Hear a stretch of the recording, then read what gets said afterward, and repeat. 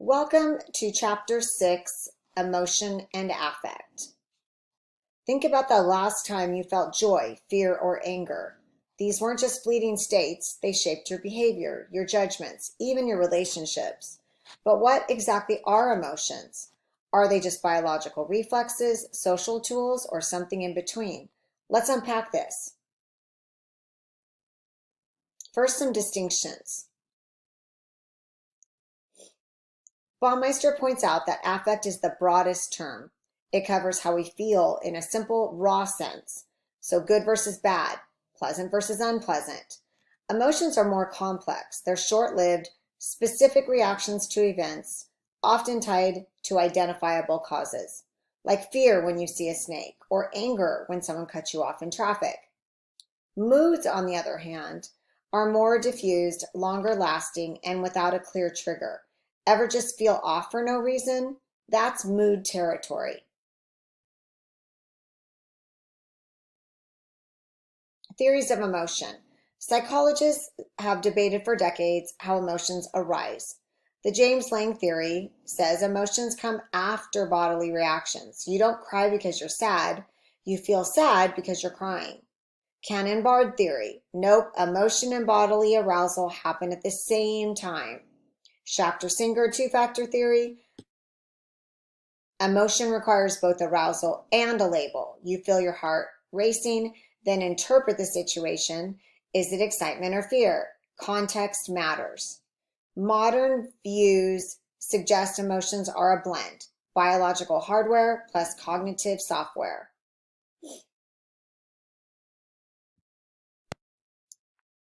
Baumeister sharpens the lens and believes that emotions are social tools. Internal guidance, emotions help us to evaluate situations quickly. Fear says danger, disgust says avoid, joy says do more of this.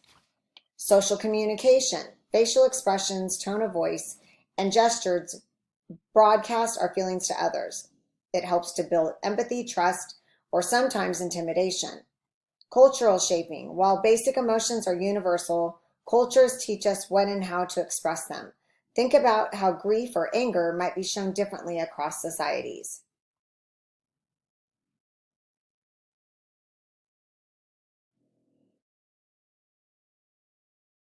So, what is happiness? Is it pleasure? Is it meaning? Is it success?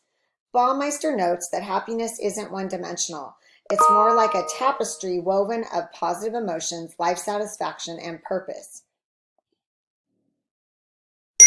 First, a distinction. Pleasure is a short-term sensory and immediate. Think chocolate, a massage, or scrolling through funny videos. Happiness, however, is broader and deeper. It involves reflection, evaluation, and often social comparison. You might enjoy the ice cream cone in the moment, but happiness is about how satisfied you feel about your life as a whole. Baumeister makes clear people who confuse pleasure with happiness often end up on a treadmill, always chasing the next quick hit, but never feeling fulfilled. Psychologists often describe happiness as having three pillars: life satisfaction, how positively you evaluate your life overall. Do you feel your life is going well? Positive affect, frequent experiences of pleasant emotions like joy, gratitude, and pride. And third, low negative affect, less frequent experiences of anger, sadness, or stress. These combine to form what sometimes is called subjective well-being. Importantly, it's not just about feeling good, it's about judging your life as worthwhile.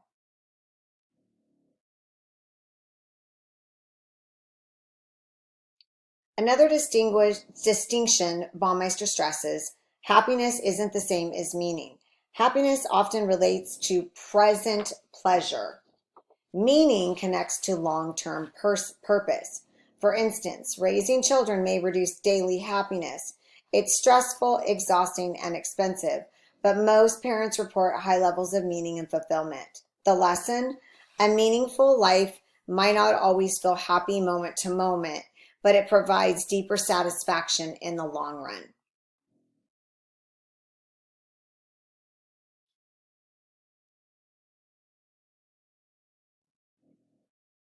So how do we actually increase happiness?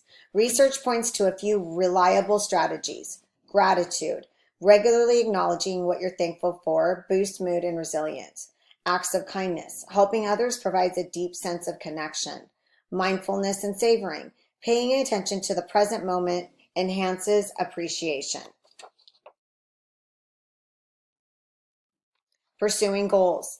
Not just achieving them, but the pursuit itself builds motivation and joy. These aren't about chasing pleasure. They're about building habits and connections that sustain well-being. So what's our takeaway? Happiness is not just about feeling good, it's about living well. Pleasure is sweet, but fleeting. Meaning is demanding, but enduring. And the happiest lives blend both, moments of joy alongside a sense of purpose. Picture emotions like a stereo system. Some people keep the volume low. They feel emotions, but quietly. Others crank the dial way up. Joy feels euphoric. Sadness feels crushing. Baumeister calls this difference affect intensity, the strength with which people experience emotions. And like most traits, it comes with trade-offs. People with high affect intensity live life in bold colors. Passionate experiences. They're more likely to report ecstatic joy, thrilling love, and deep awe. Motivation, strong positive feelings can drive them to chase goals with energy and persistence. Connection. Their enthusiasm can be contagious, pulling others into their emotional orbit. In many ways, high intensity makes life vivid, exciting, and deeply felt. The cost. Emotional turbulence. The same system that amplifies joy also amplifies sadness, anger, and anxiety. Disappointments cut deeper.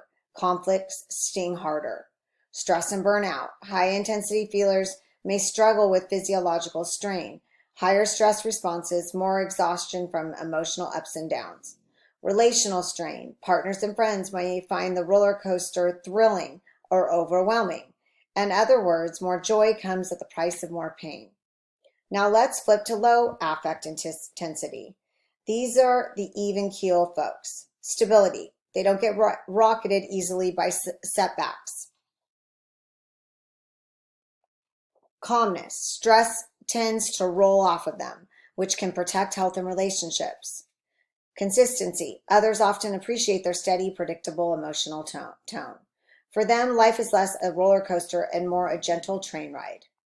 But stability comes with trade-offs too. Dullness. Without big highs, they miss out on the thrill of deep joy or passion. Motivational deficit. Lower intensity can mean less drive to chase goals or take risks.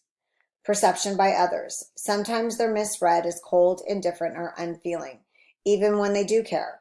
So the calm protects them from storms, but it also can mute the sunshine.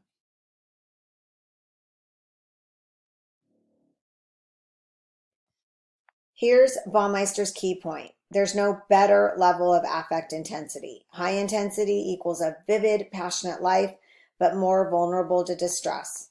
Low intensity equals a calmer, steadier life, but fewer peaks of joy. It's a balancing act between vibrancy and stability. You can't crank up joy without also turning up sorrow. The emotional volume knob works both ways. Anger is one of the most recognizable emotions, a fiery surge that can lead to both destruction and justice. We've all been there, stuck in traffic, caught off by a reckless driver, or betrayed by a friend. The heat rises, your face flushes, and you feel compelled to act. But what exactly is anger? Why do we feel it? And how does it shape our social lives? Anger is not just raw rage. Psychologists define it as an emotional response to perceived injustice, unfairness, or threat to self. It usually arises when we believe someone could have behaved differently but chose not to. Unlike fear, which motivates escape, anger motivates confrontation. It says, this isn't right, do something about it.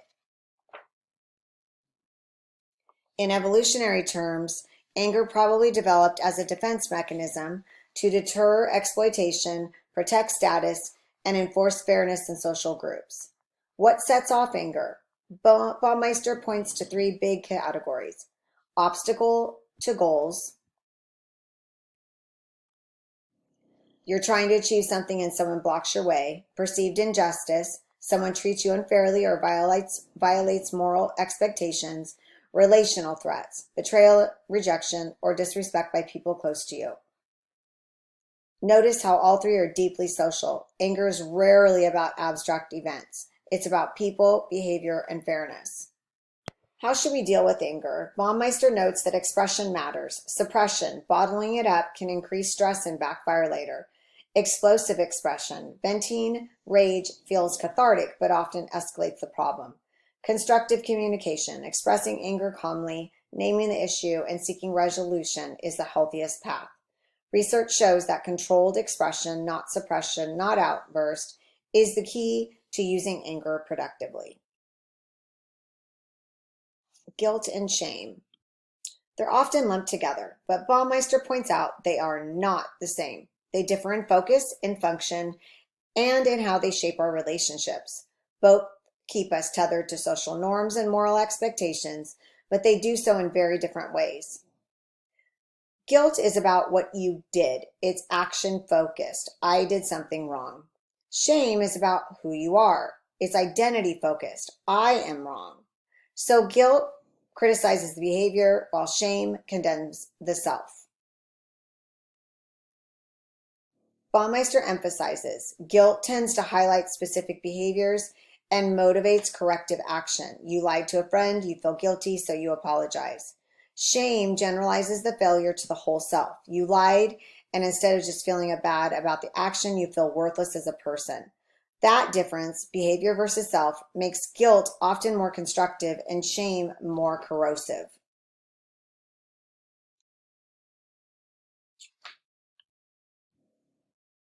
Guilt is a profoundly social emotion. It maintains relationships by motivating repair, apologies, confessions, making amends. It keeps people connected by discouraging harmful behavior like betrayal, cheating, or neglect. It often comes with empathy. We imagine how our actions hurt someone else, and that drives us to fix it. In short, guilt says, you hurt them, now fix it. Guilt usually strengthens social bonds. It pushes us towards reconciliation. Shame often weakens them. It pushes us towards avoidance and secrecy. This is why guilt is often considered the healthier moral emotion. It targets behaviors, leaves self-worth intact, and allows for repair. Few emotions are as visceral as disgust. You wrinkle your nose, your stomach churns, and your body practically says, get this away from me. At first glance, disgust looks purely biological, a reflex to bad smells or rotten food. But as Baumeister reminds us, disgust has evolved far beyond the stomach. It's now one of our most important social and moral emotions. The basics. Evolutionary origins. Disgust likely evolved as a disease avoidance mechanism by steering us away from contaminated food, bodily fluids, or decaying matter. Disgust protected survival. The body's response, nausea, gagging, and withdrawal, help minimize exposure to pathogens. In short, disgust began as nature's garbage alarm. Baumeister emphasizes that disgust is more than revulsion. It's also about boundaries. It separates the clean from the contaminated. It marks insiders versus outsiders. It regulates what is acceptable in intimate social and moral life. In fact, disgust plays a major role in cultural rules about food, sexuality, and hygiene. One of Baumeister's key insights is that disgust has become a moral emotion. We describe corrupt politicians as disgusting. We recoil at injustice as if it were a foul smell. Moral disgust motivates avoidance and condemnation, helping communities enforce ethical norms. Why do we have emotions at all? If they cause stress, conflict, and vulnerability, why didn't evolution weed them out? The answer is that emotions are not random noise. They're signals and motivators that guide survival, decision-making, and above all, social life. From an evolutionary standpoint, emotions are adaptive tools. Fear protects us from danger by mobilizing fight or flight. Disgust keeps us from eating spoiled food or touching disease. Anger deters exploitation and enforces fairness. Love and attachment promote pair bonding and parental care. Without emotions, our ancestors wouldn't have survived long enough to pass on their genes. Emotions are the body's built-in survival code. Here's where social psychology shines. Emotions are social glue. They communicate our inner states to others through facial expressions, tone, and body language. They regulate relationships. Empathy, guilt, and shame keep us aligned with group norms. They motivate cooperation. Gratitude encourages reciprocity, while anger punishes cheaters. In Baumeister's words, emotions are less about individual survival and more about navigating the social world. They help us live in groups, and humans are at heart group living animals. Baumeister's key point: emotions are not luxuries or flaws, they are essential navigation systems for human life. Without them, we'd be clever machines, but not human beings. With them, we are vulnerable, passionate, moral, and deeply social creatures. Think about the last time you reached for a snack. Were you actually hungry or just stressed, bored, or celebrating? Baumeister reminds us that emotions aren't just about abstract experiences, they guide behavior. And few areas show this more clearly than food. Our mood and affect strongly influence what, when, and how much we eat. When we're sad, anxious, or stressed, many of us reach for comfort foods, sweet, salty, or fatty options. Why? Physiological soothing. High sugar and high fat foods trigger dopamine and serotonin release, giving a temporary mood lift. Distraction. Eating can pull attention away from distressing thoughts. Learned association. Over time, we link treats with comfort, like ice cream after a breakup or popcorn during a stressful night. The catch? These foods don't solve the problem, and the relief is short-lived. Sometimes guilt follows, which can restart the cycle.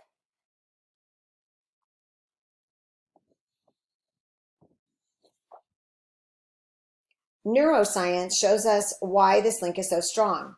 Mood and appetite share pathways in the limbic system, the amygdala and hypothalamus.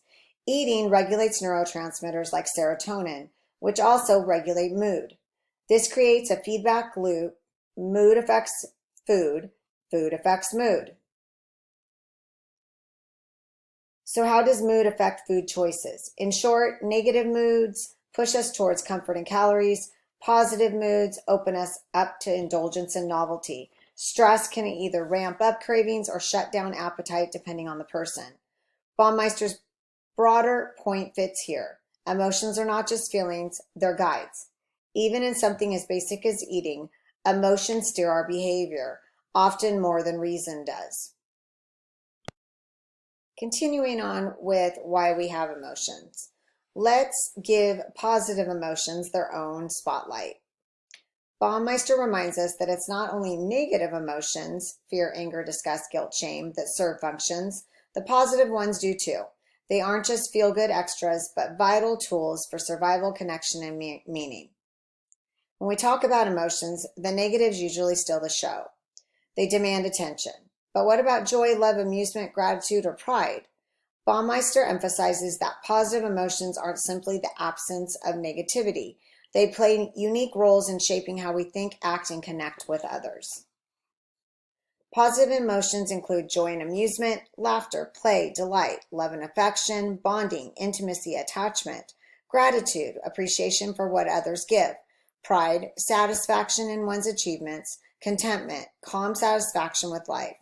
Each has its own flavor, but collectively they point us towards growth, connection, and exploration. Of course, positive emotions have trade-offs too. Overconfidence, too much pride can tip into arrogance. Complacency, contentment can discourage further striving. Naive trust, too much openness may make us vulnerable to exploitation.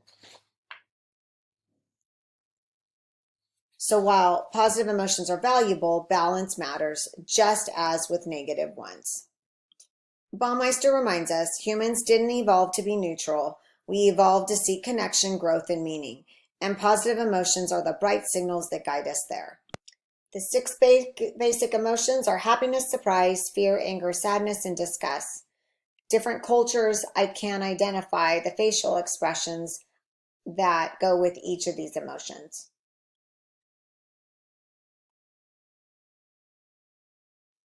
One of the most persistent stereotypes across cultures is that women are more emotional than men.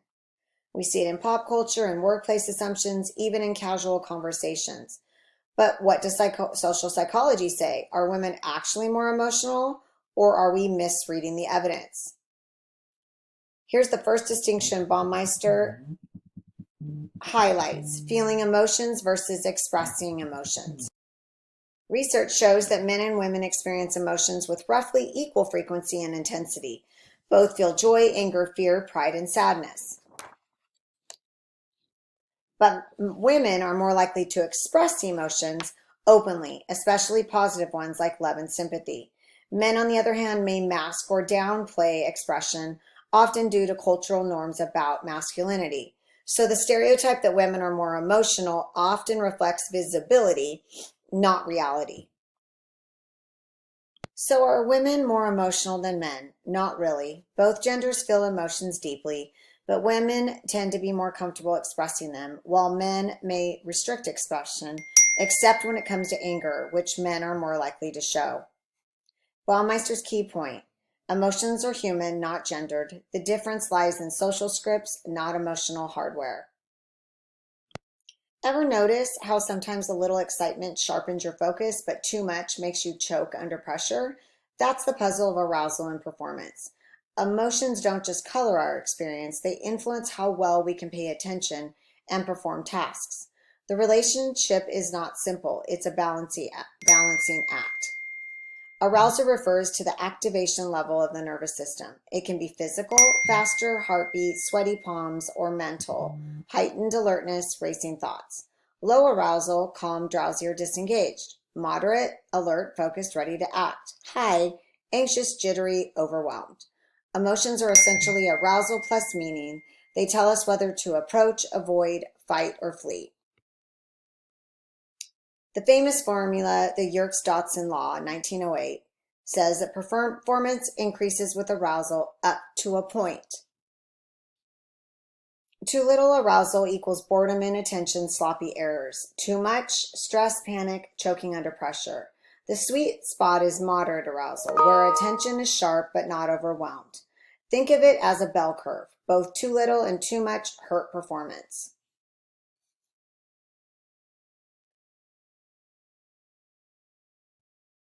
Intelligent tests measure IQ, problem solving, memory, reasoning. But as you've probably noticed, high IQ doesn't always mean success in life. Enter emotional intelligence, the ability to recognize, understand, manage, and use emotions effectively. Psychologists argue it may matter just as much, if not more, than raw IQ for thriving in work, relationships, and personal well being. Perceiving emotions, recognizing emotions in yourself and others, reading facial expressions, tone, and body language. Using emotions to facilitate thought, harnessing feelings to guide problem solving.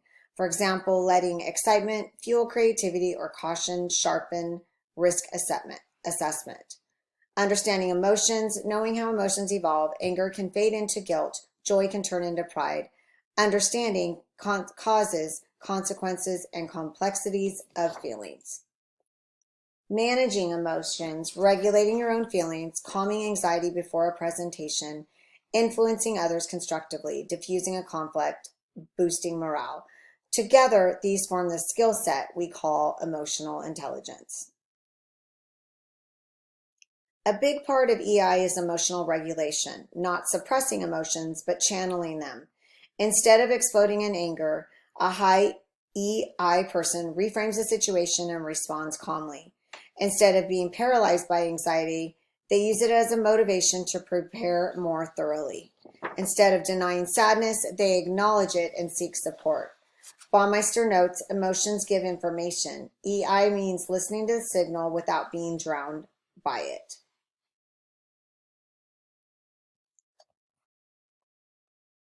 Emotional intelligence, it's not about being nice all the time or avoiding conflict. It's about being aware, adaptive, and strategic with emotions, your own and others. Baumeister would put it this way: emotions evolved to guide us in social life. EI is the skill of using those guides wisely. And maybe, just maybe, the kind of intelligence is what truly makes us human. Emotions are powerful, but they're not always convenient. Imagine if every surge of anger, every wave of sadness, every flicker of anxiety ran unchecked. Life would be chaos. That's why humans developed affect regulation, the ability to monitor, control, and adjust our emotions. It's not about eliminating feelings, it's about steering them so they serve us rather than sabotage us. Affect regulation is the set of processes we use to influence which emotions we have, when we have them, how we experience and express them. It's part of emotional intelligence, but Baumeister frames it as a fundamental life skill. Without it, we'd be captives of raw affect.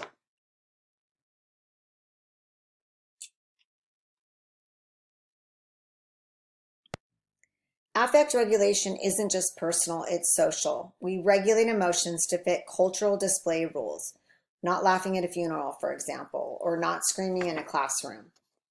We regulate emotions to maintain relationships, holding back irritation, amplifying gratitude.